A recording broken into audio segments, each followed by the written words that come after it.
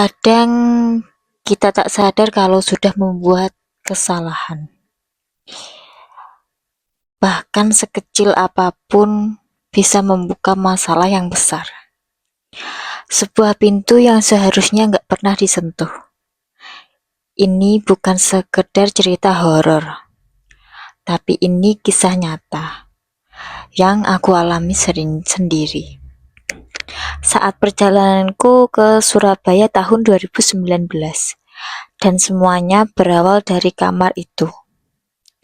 Kamar 012. Assalamualaikum warahmatullahi wabarakatuh guys. Jumpa lagi sama aku. Terima kasih udah mampir di channel aku guys. Oh iya, kalau kalian punya cerita menarik, langsung aja ya kirim emailnya di deskripsi. Semoga kalian sehat selalu, lancar rezeki, dan bahagia selalu guys. Aku ini nemu cerita dari Facebook ya guys. Ayo kita baca yuk. Ini POV-nya dari aku ya. Judulnya Kamar 102 012, kesalahan membuka pintu yang tak seharusnya. Cerita lagi ya guys. Ini kisah nyata waktu aku masih kuliah tahun 2019. Waktu itu aku dan beberapa teman terpilih mewakili kampus ikut lomba welding tingkat nasional yang diadakan di kampus Surabaya. Pesertanya campuran, aku dan satu teman perempuan. Sisanya 6 laki-laki dan satu dosen pembimbing. Perjalanan ke Surabaya berjalan lancar. Kami tiba sehari sebelum lomba. Jadi, langsung cari penginapan buat istirahat. Setelah beberapa jam muter-muter, kami akhirnya dapat satu tempat sederhana. Aku sebut aja penginapan Mawar. Sekilas sih nggak ada yang aneh, tapi begitu masuk ke area kompleknya, suasananya langsung beda. Kanan kiri penginapan itu udah sepi. Beberapa rumah di sekitar bahkan udah nggak ditempati. Halamannya dipenuhi rumput liar. Jendelanya berdebu dan pagar besi yang berkarat. Aku sempat bergumam dalam hati, ini tempat masih beroperasi nggak sih? Tapi karena udah sore dan kami semua kelelahan, akhirnya kami tetap menginap di sana. Setelah proses check-in di lantai bawah, kami dikasih satu lembar kertas berisi daftar kamar. Kami pikir itu nomor kamar kami. Temanku memegang kunci dan aku bawa kertas tadi. Kami naik ke lantai 2. Lorongnya sempit. Lampu remang-remang. Dan suasananya makin sepi. Lantai kayunya berderit setiap kami melangkah. Sampai akhirnya kami nemu kamar paling ujung. Dengan angka 012 terpasang di atas pintunya. Aku nggak tahu kenapa, tapi pas berdiri di depan pintu itu, tiba-tiba temanku tetap pintu itu rasanya kayak ada hawa dingin yang tiba-tiba. Temanku tetap coba buka pintu dan anehnya, kuncinya cocok. Pintu itu langsung terbuka. Dia masuk lebih dulu sambil baca doa dalam ruangan, tapi aku entah kenapa lidahku malah refleks mengucap Assalamualaikum ya ahli kubur. Aku bahkan kaget sendiri kenapa kalimat itu yang keluar. Aku nyalain lampu, tapi tombolnya nggak nyala sama sekali. Gelap. Temanku jalan pelan ke dalam.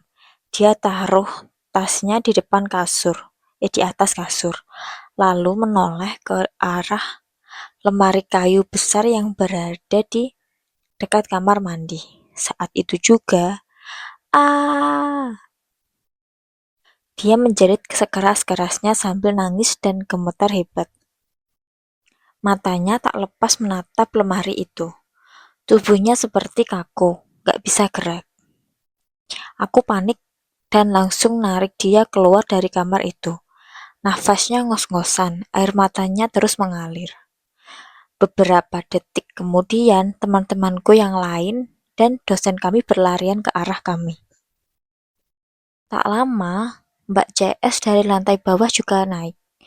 Begitu lihat pintu kamar yang terbuka, ekspresinya langsung berubah jadi tegang. Loh, kok ini bisa kebuka? Siapa yang buka? Aku jawab setengah bingung. Loh, kami mbak, kami kira ini kamar kami, soalnya di kertasnya tertulis 012. Mbak CS langsung membentak. Kenapa dibuka? Aku coba jelasin, ya kami kira ini kamar kami. Ini nomornya tertulis di kertas. Dia mendekat dan berkata ketus, itu bukan kamar kalian. Kamar kalian 010 yang ini. Sambil menunjuk kamar sebelahnya. Aku mulai kesal juga. Ya mbak, seharusnya dijelasin dari awal gimana bacanya. Gak cuma kasih kertas doang. Mbak CS mendengus marah, lalu jalan cepat ke arah kamar yang barusan kami buka. Dia menutup pintu itu rapat, lalu buru-buru kembali ke lantai bawah tanpa penjelasan apa-apa. Aku dan dosenku menenangkan temanku yang masih menangis. Dia terus berbisik, aku lihat sesuatu di lemari itu. Matanya melotot, wajahnya rusak. Kami semua terdiam. Sampai malam itu, kami nggak pernah dibolehin lagi mendekat kamar 012. Bahkan CS-nya kayak pura-pura lupa kalau insiden itu pernah terjadi. Tapi aku masih penasaran, kenapa kamar itu nggak dikunci rapat? Kenapa kuncinya masih cocok? Dan kenapa CS-nya marah banget waktu kami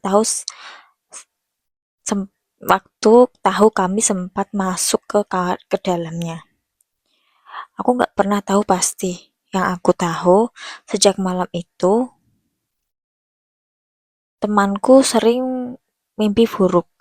Dan kami semua, tanpa sadar, selalu jalan lebih cepat setiap kali melewati kamar nomor 012. Menurut kalian, ada apa sebenarnya dengan kamar itu? Apakah hanya kamar kosong biasa? Atau tempat yang tak seharusnya dibuka? Sampai hari ini, aku masih nggak tahu apa yang sebenarnya aku lihat di kamar itu. Tapi yang pasti, aku nggak pernah lupa suara tangisan temanku. Pintu yang terbuka begitu mudahnya, dan bisikan yang keluar dari mulutku sendiri. Tanpa aku sadari, kalau kamu pernah mengalami kejadian serupa, tulis di kolom komentar ya. Jangan lupa like, subscribe, dan aktifkan lonceng. Karena masih banyak kisah nyata yang akan aku bagikan di channel ini. Terima kasih udah mampir guys. Kita sampai di sini dulu. Oh ya, kalau kalian punya hal menarik yang mau dibahas, tulis aja di kolom komentar ya. Nanti aku bakal cari-cari deh. Soalnya ya agak susah juga sih kalau harus mikir sendiri gitu loh. Terima kasih semua. Wassalamualaikum warahmatullahi wabarakatuh. Bye bye.